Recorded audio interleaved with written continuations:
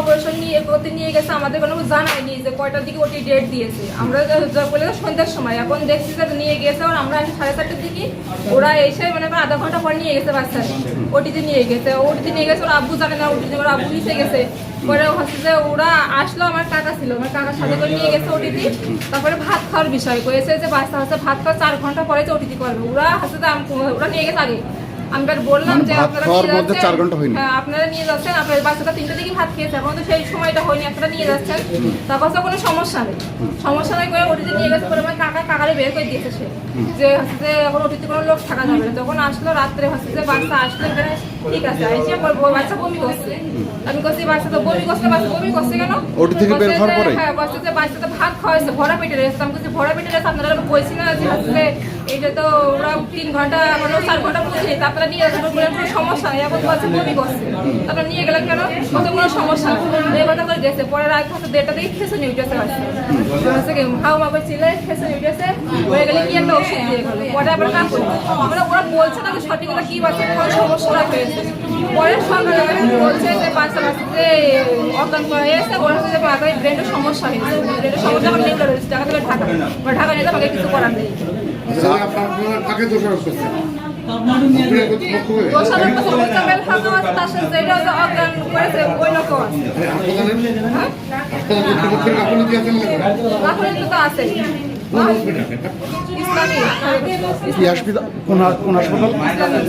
আপনি কি হন বাচ্চার মা? আপনি কি চাচ্ছেন? আমার বাচ্চারা নিয়ে আসা সুস্থ করে, তারা তো অসুস্থ বানা দিল।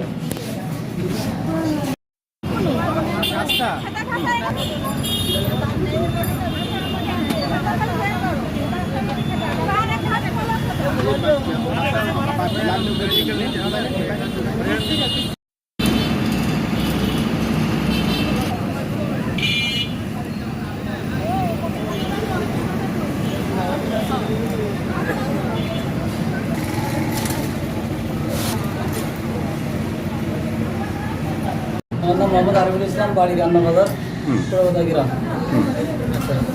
আমার শিশুটা হচ্ছে আপনার হার্নিয়ারের সমস্যা হয়েছিল। আমি মুজাম স্যারের প্রথম নিয়ে আসছিলাম।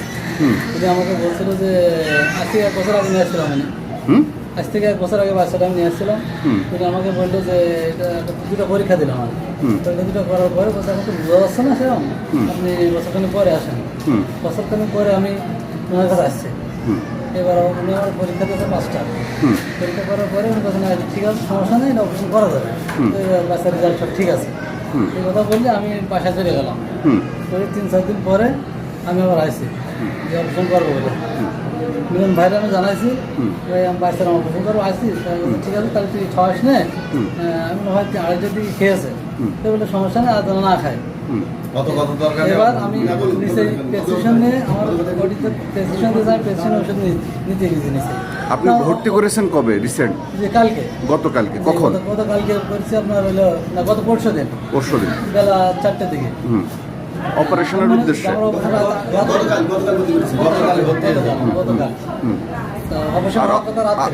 গতকাল রাত্রে? জি, পুরো অপারেশনটা করছে কালকে 5টার দিকে। এটা আপনাদের জানাই করেছে? আমি নিচে গেছি প্রেসক্রিপশন নিয়ে, ওষুধ রেডি করবো। যেহেতু আমার দেরি আছে, অপারেশন করতে দেরি হবে, কারণ আমি নিরিবিরি করছি, ওষুধগুলো রেডি রাখি। উনি আসলেই পরে রাত্রে অপারেশন হবে। যারা আমার আত্মীয়-স্বজন আছে বললাম পরে আসেন, আপনারা নিরিবিরি আসেন।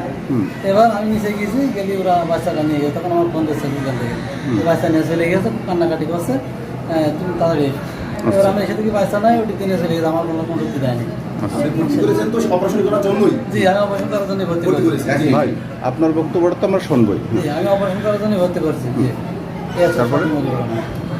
এরপরে কি হয়েছে?